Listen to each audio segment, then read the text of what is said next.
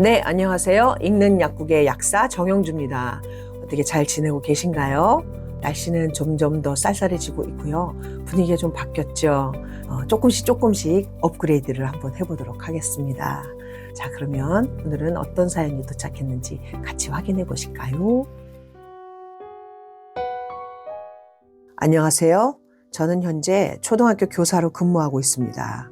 교대를 졸업하고 4년 만에 어렵게 임용고시를 패스한 후 지금의 학교로 첫 발령을 받았습니다. 첫 출근을 앞두고 얼마나 두근거렸는지 모릅니다.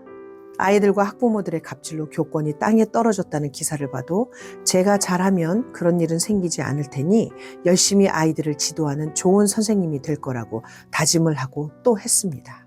첫 부임 학교에서 저는 5학년 반의 부담임으로 담임 선생님을 보조해주는 역할을 맡게 되었습니다. 제 사수인 담임 선생님은 50대 후반의 여자 선생님이십니다. 선생님은 학생들에게 항상 존댓말을 사용하시는 점잖고 좋은 분이시며 첫 발령지라 긴장한 저에게 따뜻하게 대해주시는 엄마 같은 분이십니다. 저희 반에는 정말 말을 안 듣는 남학생이 2명이 있는데요. 둘이 꼭 붙어 다니면서 친구들을 괴롭히고 수업을 방해해서 선생님이 항상 주의를 주고는 하셨습니다. 하지만 두 녀석은 오히려 선생님을 비웃고 무시해서 반 분위기가 정말 안 좋습니다. 그러던 어느 날 잘 지내던 두 녀석이 서로 시비가 붙어 싸움이 났다는 소식을 듣자마자 선생님과 저는 교실로 뛰어갔습니다. 그리고 둘을 말리기 위해 소리를 질렀지만 두 아이는 싸우기 바빠 듣는 척도 하지 않더군요. 결국 선생님이 둘 사이에 끼어서 싸움을 말리셨습니다.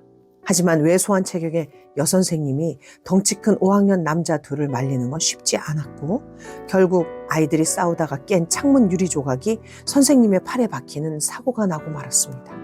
잠시 후 두 학생의 부모님들이 학교에 오셨고 선생님은 병원에서 치료를 받은 뒤에 학교로 돌아와 학부모 면담을 시작하셨습니다. 그런데 학부모님들은 아이들의 잘못은 생각하지 않고 되려 선생님의 자질을 논하며 인격적인 공격을 하시는 겁니다. 너무 화가 났지만 선생님과 제가 할 수 있는 거라고는 그저 참는 것뿐이었습니다. 그리고 며칠 뒤 교직 생활에 대해 회의감을 느낀 선생님은 결국 교직을 떠나시는 선택을 하셨습니다. 저 또한 학교를 그만둘까 고민 중입니다. 교직원들에 대한 뉴스가 제일이 되니 마음이 많이 지치네요. 내가 좋은 선생님이 되면 학생들도 좋은 학생이 될 것이라고 생각했던 제 생각은 오만이고 판타지였던 것 같습니다. 더 나이 들기 전에 하루빨리 교직을 떠나 다른 직장을 알아보는 게 맞겠죠? 저도 학부형이었었기 때문에 너무 흔쾌한 대답을 해드릴 수가 없는 입장이 너무 오늘 좀 죄송하네요. 근데 얼마나 고통스러우셨을지에 대한 거는 이해까지는 감이 아니고요. 상상은 하고 그 모습이 그려지거든요. 근데 중요한 건 아이들은 사실 서로 치고받고 의견 충돌도 생기고 반항도 하고 일탈도 하고 탈선도 하고 그러면서 어른이 되잖아요. 세상의 모든 어른은 다 그렇게 컸으니까. 그렇다면 그 과정에 있어서 어른들이 어떻게 그거를 이해하고 그런 행동을 했을 때 그 아이의 행동에 대한 어른들의 리액션이 얼마나 긍정적인지가 사실은 되게 중요한 것 같거든요. 물론 잘못한 걸 편들어주라는 것은 아니지만 왜 그렇게 할 수밖에 없었는지를 먼저 알아봐 주는 게 우선이더라고요. 그걸 원하더라고요. 둘이 왜 친하게 지내다가 갑자기 오늘 싸웠어? 둘이 뭔가 속상했어? 그거를 좀 알아줬어야 되는 단계가 생략되진 않았나? 이거는 선생님들 입장, 어른 입장에서 한번 반성해 보는 거고요. 아이를 키우는 엄마, 부모 입장에서 또 생각을 해보자면 학교 문턱을 너무 쉽게 생각하지 마세요. 저도 나이가 많아요.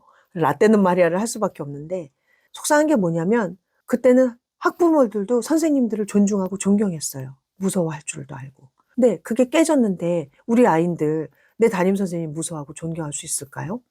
학부모 여러분들 내 아이를 가르치는 선생님을 존경하고 존중해 주세요.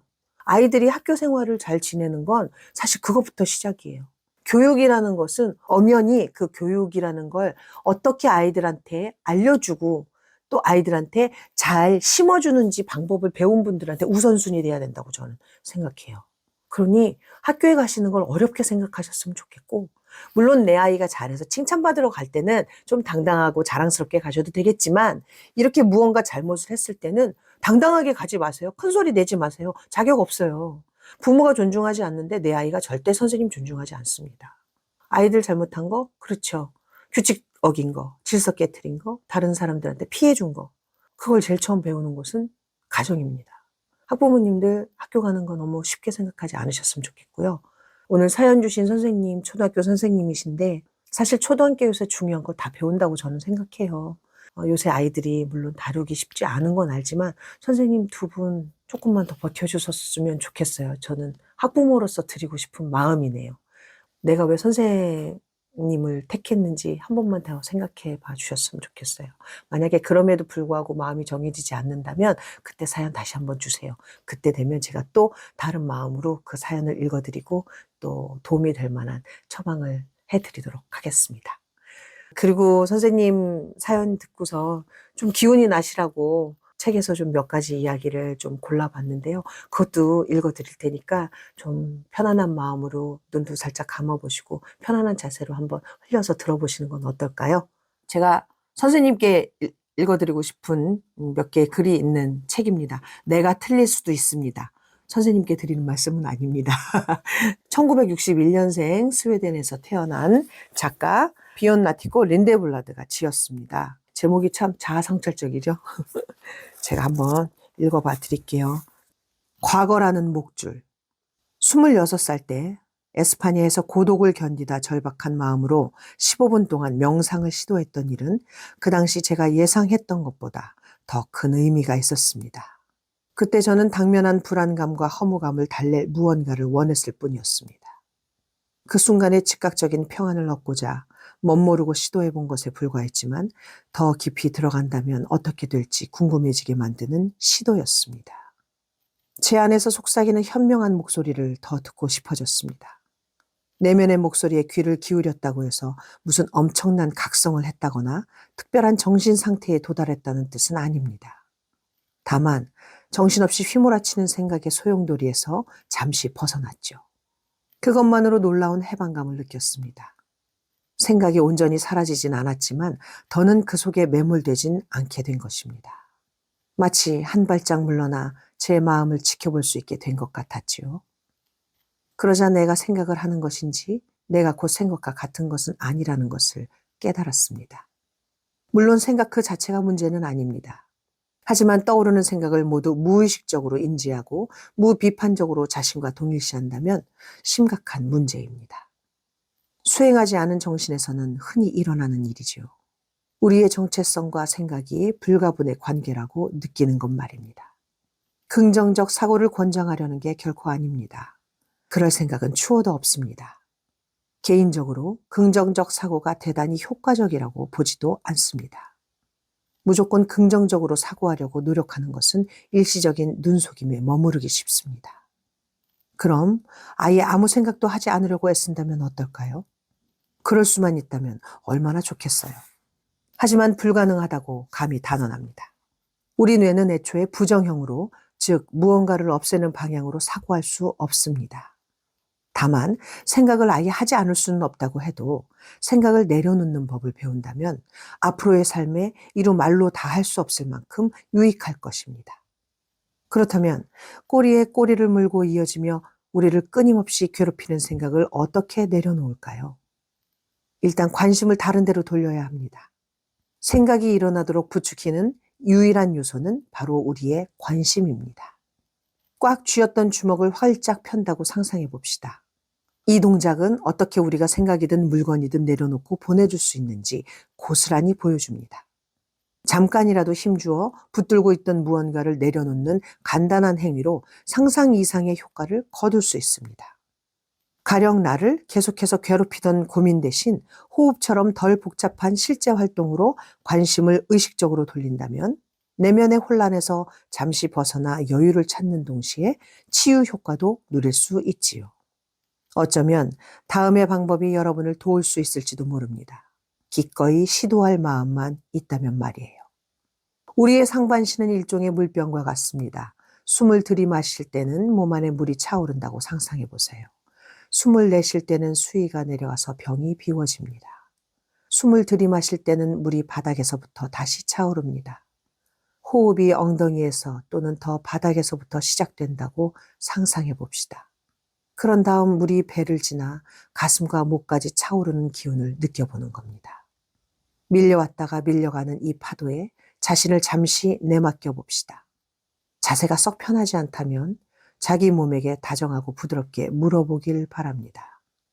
어떻게 호흡하는 게 제일 좋니? 가슴을 조금 더 펴면 공기를 들이마시기가 더 편하니? 어깨를 살짝 내리면 어떨까? 이 정도면 됐다고 느껴지는 몸속 깊이 편안하다고 느껴지는 순간이 옵니다. 당장은 이렇게 호흡만 하면 됩니다. 다른 일은 전혀 신경 쓰지 않아도 되지요. 휴가를 떠난 셈입니다. 전두엽의 스위치도 꺼버렸습니다. 이 순간 책임질 일은 하나도 없습니다. 이 순간 짜내야 할 기획안도 제시해야 할 의견도 없습니다. 잊어서는 안 되는, 꼭 기억해야 하는 사항도 전혀 없어요. 여러분이 신경 쓸 일은 오로지 호흡뿐입니다. 원하는 시간 동안 호흡에만 집중하면 되는 겁니다. 일상에서 자기 자신에게 이처럼 몰입하고 관심을 기울이는 시간이 얼마나 되나요? 기회가 찾아왔다면 어딘가 어색하고 두려운 마음은 뒤로 하고 시작해 보길 바랍니다. 호흡으로 뭔가를 얻을 수 있어서가 아닙니다. 삶의 모든 부분을 차분하고 평온하게 바꾼다거나 내면의 희열을 맛볼 수 있어서도 아니에요. 특별히 영적인 사람이 되고 싶어서도 아닙니다. 단지 호흡이란 원래 그만큼 가치 있는 것이기에 거기에 주의를 기울여 보자는 겁니다. 호흡과 관련된 중요한 어휘들을 생각해 봅시다. 영감을 뜻하는 단어, 인스퍼레이션에는 숨을 들이마신다, 즉 흡입의 의미가 담겨 있습니다. 열망을 뜻하는 단어, 에스퍼레이션에는 숨을 내쉰다, 즉 흡출의 의미가 담겨 있습니다. 정신이나 활기를 뜻하는 스피릿과 스피리추얼의 어원도 숨을 쉰다는 뜻을 가진 라틴어에서 출발했습니다. 이런 언어들의 관련성이 단순한 우연은 아니라고 생각합니다. 우리 본연의 생기와 힘을 느끼며 살아가고 싶다면 일상적으로 호흡에 주의를 기울여야 합니다. 태국의 대선사이자 제가 수행했던 숲속 사원의 주지였던 아잔차 스님은 이렇게 말했습니다. 태어나서 죽을 때까지 한 번도 자기 몸을 드나드는 호흡을 의식하지 못하는 사람들이 있습니다. 이들은 그만큼 자기 자신에게서 멀리 떨어져 사는 것입니다. 관심을 어디로 기울일지 선택하는 게 뭐 그리 어려울까 싶겠지만 참으로 어려운 일임을 솔선해서 인정하겠습니다. 처음 호흡에 집중하려고 시도할 때 우리 마음은 대부분 요요처럼 정신없이 움직이거든요. 몇 차례 호흡을 따라가는가 싶다가도 사소한 일에 주의력이 흐트러지고 맙니다. 그러면 우리는 참을성 있게 관심의 끈을 다시 당겨야 합니다. 당기고 또 당기기를 몇 번이고 반복해야 하죠. 우리 마음은 지칠 줄 모르고 전혀 예상치 못한 방향으로 치닫습니다. 하지만 우리 역시 집중력이 흐트러질 때마다 결국 또 길을 잃었다는 것을 알아차립니다. 그럴 때마다 우리가 해야 할 일은 자신을 꾸짖거나 이번에는 어느 정도 해냈는지를 평가하는 것이 아닙니다.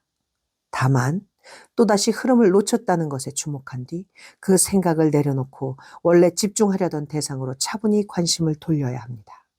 중간에 그만두고 싶을 수 있습니다. 하지만 꿋꿋이 버틸 만한 가치가 있지요. 호흡에 집중할 수 있게 된다는 건 개개인의 삶에선 별로 돋보이지 않는 몸짓일지라도 인류의 집단적 알아차림이라는 진화적 측면에선 꼭 필요하고도 귀중한 단계이기 때문입니다. 태고적부터 어느 종교에서든 차분히 내면의 귀를 기울여야 한다고 강조해 왔습니다. 그 중요성은 불교나 명상에만 국한된 것이 아닙니다. 오히려 이것은 인간답게 존재하기 위한 일입니다. 우리는 누구나 생각을 내려놓을 능력이 있습니다. 관심을 어디로 돌릴지 또 우리에게 해를 끼치는 일에 얼마 동안 관심을 기울일지 선택할 능력도 있지요. 여러분에게도 당연히 그런 능력이 있습니다. 다만 약간의 연습이 필요할 뿐입니다.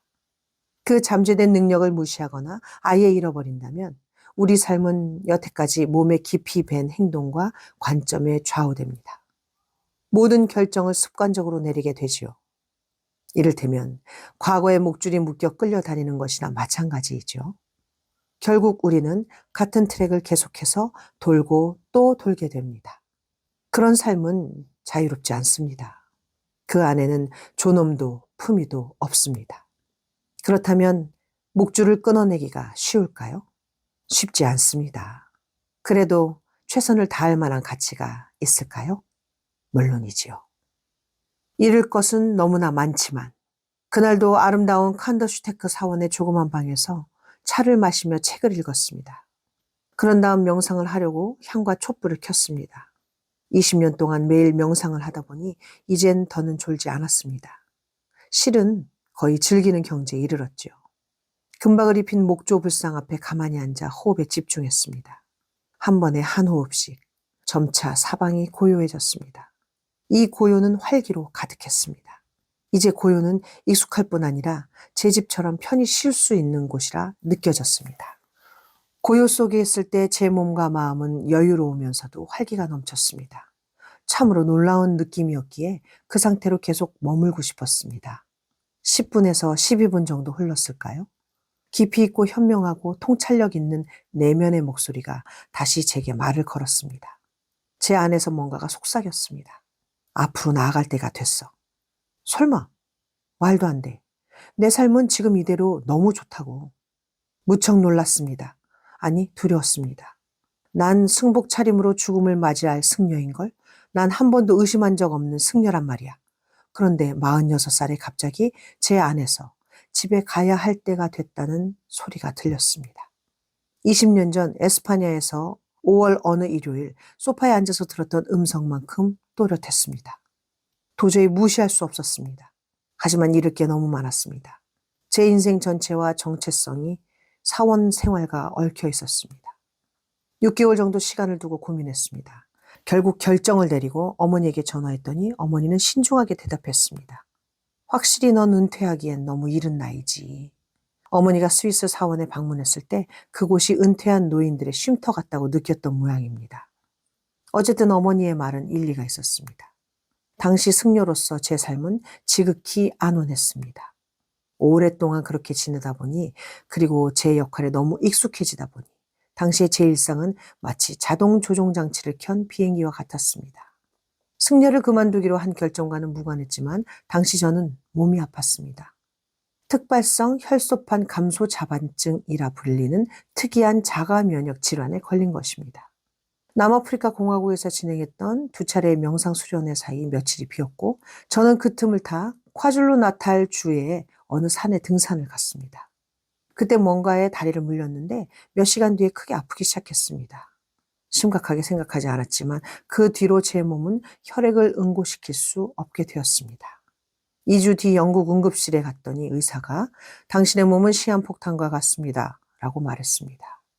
ITP는 혈소판이 조기에 파괴되어 심각한 출혈로 이어지는 치명적인 증상이 있어서 중병으로 간주되었습니다. 스위스로 돌아온 뒤 여러 차례 집중 치료를 받았지만 전혀 차도가 없었습니다. 의사는 제 비장을 제거하자고 권했지만 거부했습니다. 그 대신 한동안 스테로이드를 집중적으로 투여했는데 그 약이 잠을 설치게 했습니다. 그 이후 저는 전처럼 깊이 잠을 들 수 없게 되었습니다. 사원을 떠나기로 진작 결정하긴 했지만 그 과정은 여전히 어려웠습니다. 저보다 먼저 사원을 떠났던 분들과 많은 이야기를 나눴지요. 이 즈음엔 현직보다 전직 승려를 더 많이 알았습니다. 승려로서의 삶에 평생 머무르지 않고 마음이 떠날 때도 몸도 떠나는 것은 흔한 일이었습니다. 승려로 살았던 오랜 세월 동안 제 도반이었던 이중 대다수가 저보다 먼저 승복을 벗었습니다. 그런데 그들은 한결같이 똑같은 말을 했습니다. 그토록 오랫동안 머물렀던 곳인데 인제 와서 손을 떼는 것이 얼마나 혼란스럽고 고통스러울지 당신은 모를 겁니다. 지금 당신은 그 무엇도 아닌 승려지요. 당신의 정체성이 그곳에 기반을 두고 있는 겁니다. 그런데 밖에 나오면 당신은 누구일까요? 당신이 상상하는 것보다 훨씬 더 힘들 겁니다. 저 또한 그 사실을 추호도 의심하지 않았습니다. 그런데도 과감하게 뛰어들었습니다. 그만한 용기가 제게 있음을 알았기 때문입니다. 그동안 불확실성에 직면하면서 다져진 자신감이 저를 충분히 지탱해 주리라고 믿었습니다. 이젠 저를 믿고 날개를 활짝 펴서 더 가혹한 현실로 뛰어오를 때가 된 것입니다. 그 과정에서 제게 와 닿았던 문장이 하나 있는데 지금도 명상을 이끌 때 자주 써먹곤 합니다. 우리는 고요함 속에서 배운다. 그래야 폭풍우가 닥쳤을 때도 기억한다. 사람들이 명상 수련회에 참석하거나 명상에 시간을 들이는 이유이지요. 고요함 속에서 배우고 수행하려는 것입니다. 선당에서 인생을 살아갈 수는 없습니다. 하지만 아직은 미숙하고 연약한 아이가 성장하려면 주변의 격려와 친절이 필요하듯 수행하지 않은 마음도 마찬가지입니다. 차분하고 평온한 장소에서 내 안의 고요를 만나다 보면 그보다 혼란스러운 일상에서도 좀 더 안정된 마음으로 살아갈 수 있습니다. 그렇지 않다면 그게 다 무슨 소용이 있겠습니까? 인생에서는 언제고 폭풍우를 맞이하게 됩니다. 몇 번이고 되풀이해서 말입니다. 때로는 등대나 신호등 불빛도 없는 거친 바다에서 홀로 표류하는 배처럼 외로울 것입니다. 지난주까지 마쳤어야 할 일을 두고 상사가 고함을 치거나 아끼는 사람과 다툴 때처럼 견딜 만한 풍파라고 해도 괴로울 것입니다. 뭐가 됐든 내면에서 들려오는 가장 큰 비명에 마음을 다 빼앗기게 되지요. 하지만 좀 더 평온한 시기에 생각을 내려놓는 법을 배웠고 관심의 방향을 선택할 능력을 키웠기에 제게는 아주 믿을 만한 동지가 있는 셈입니다. 어떤 상황에서도 제 곁을 지켜주고 늘 제 편을 들어줄 든든한 동반자 말이죠. 모든 것은 너에게서 시작한다. 사랑은 터놓고 이야기하기가 무척 어려운 주제입니다. 타인을 향한 사랑이든 자신을 향한 사랑이든 민감하긴 마찬가지예요. 우리 인간의 가장 취약점과 대단히 밀접하게 연관되어 있기 때문입니다. 하긴 그렇기에 대단히 중요한 주제이기도 하죠. 부처님은 4가지 거룩한 마음가짐을 꼽았습니다. 이는 불법을 수호하는 신인 범천의 거주처를 뜻하는 브라흐 마위하라라고도 불리는데 이 마음가짐을 온전히 갖춘 사람은 비록 속세에 몸담고 있어도 범천의 세계에 머무는 것과 다를 바 없기 때문입니다. 아울러 그 마음가짐 안에서 우리 안의 아름다움을 발견할 수 있기도 합니다. 거룩한 마음가짐 중 첫 번째는 자애입니다. 두 번째는 연민입니다. 세 번째는 희열입니다. 이것은 인간이 타고난 능력으로 다른 사람의 성공을 자기 일처럼 여기고 함께 기뻐하는 마음을 말합니다. 좋아하는 사람이 성공해서 행복할 때 우리가 느끼는 감정으로 다른 사람의 기쁨을 자기 기쁨으로 여기는 공감적 기쁨이 아닐까 합니다. 네 번째는 뜻밖에도 평온입니다. 평온은 폭넓은 지혜를 담은 감정입니다. 흔히 알아차림이 부르는 가장 기본적인 감정으로 부드럽고 총명하며 깨어있는 상태입니다. 모든 것을 받아들일 수 있고 그 모든 일이 순리대로 되었다는 것을 이해할 수 있는 마음가짐입니다.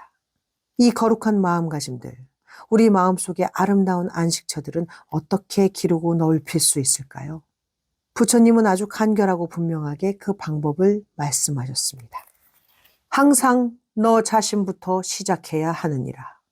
우리 자신에게 먼저 연민을 베풀 수 없다면 다른 사람을 향한 연민은 더더욱 부족하고 취약할 것입니다. 다른 사람을 향한 사랑을 키우려면 우리는 애정의 방향을 내부로 돌릴 수 있어야 합니다. 안타깝게도 많은 사람이 그 점을 간과하여 정작 자기 자신을 돌보지 않고 살아갑니다. 오히려 스스로를 비판하고 가혹하게 대하며 우리 자신도 연민의 대상임을 깨닫지 못합니다. 내 마음의 고통에 좀 더 공감하고 세심하게 살핀다면 삶을 더욱 멋지게 가꿀 수 있지 않겠습니까? 무방비로 고통에 맞서기 전에 우리 자신에게 진심으로 다음과 같은 질문을 던질 수 있다면 유익하지 않을까요? 내가 너무 오랫동안 이런 기분에 시달리지 않도록 지금 이 순간 나를 도울 방법이 있을까? 내가 좀 더 평온한 마음으로 살게 할 수 있는 일은 있을까? 머리로 해결하기는 어려운 일입니다. 우리는 이렇게 기분 나빠하면 안 돼. 이렇게 반응하면 안 돼. 너무 쉽게 의존하고 상처받고 시기하고 분개하면 안 된다고 라고 외치는 머릿속 생각들에 온통 주의를 빼앗겨 마음속의 조용한 목소리를 너무 쉽게 놓쳐버립니다. 한 가지 확실한 것은 그런 식의 질책은 힘든 감정을 겪는 어떤 사람에게도 전혀 도움이 안 된다는 것입니다. 그보다는 고통의 원인을 파악해서 그것을 우리가 끝낼 수 있는 최대한의 연민과 이해로 바라보려고 노력해야 합니다. 그래야 암울한 생각에 맞설 방법을 찾아낼 수 있고 그 생각을 믿지 않은 채 빛 한가운데로 끌어낼 수 있습니다. 우리 자신을 좀 더 너그럽고 관대하게 바라볼 수 있다면 자연스레 주변 사람들도 똑같은 방식으로 대할 수 있습니다.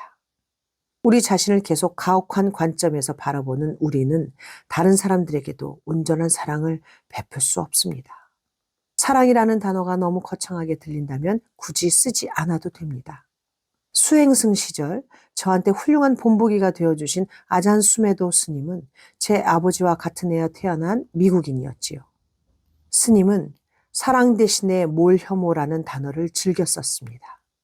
몰혐오는 따뜻함이 솟구치는 말은 아니지만 좀 더 현실적인 목표일 수 있습니다. 그렇다면 어떻게 혐오에서 벗어날 수 있을까요?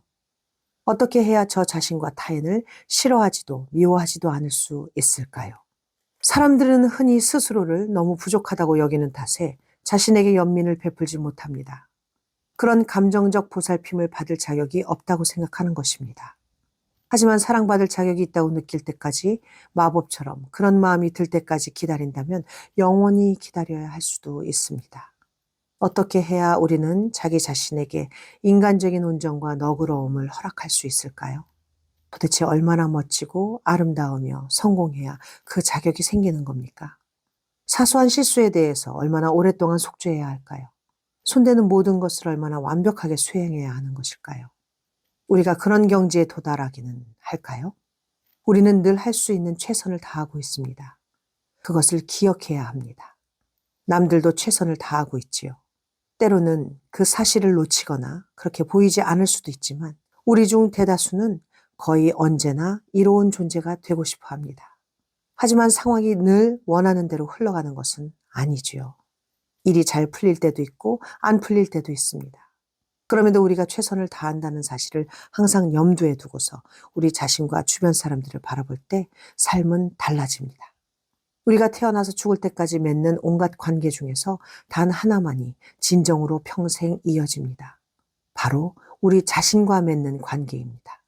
그 관계가 연민과 온정으로 이루어진 사소한 실수는 용서하고 또 털어버릴 수 있는 관계라면 어떨까요? 자기 자신을 다정하고 온화한 시선으로 바라보고 제 단점에 대해 웃어버릴 수 있다면 어떨까요?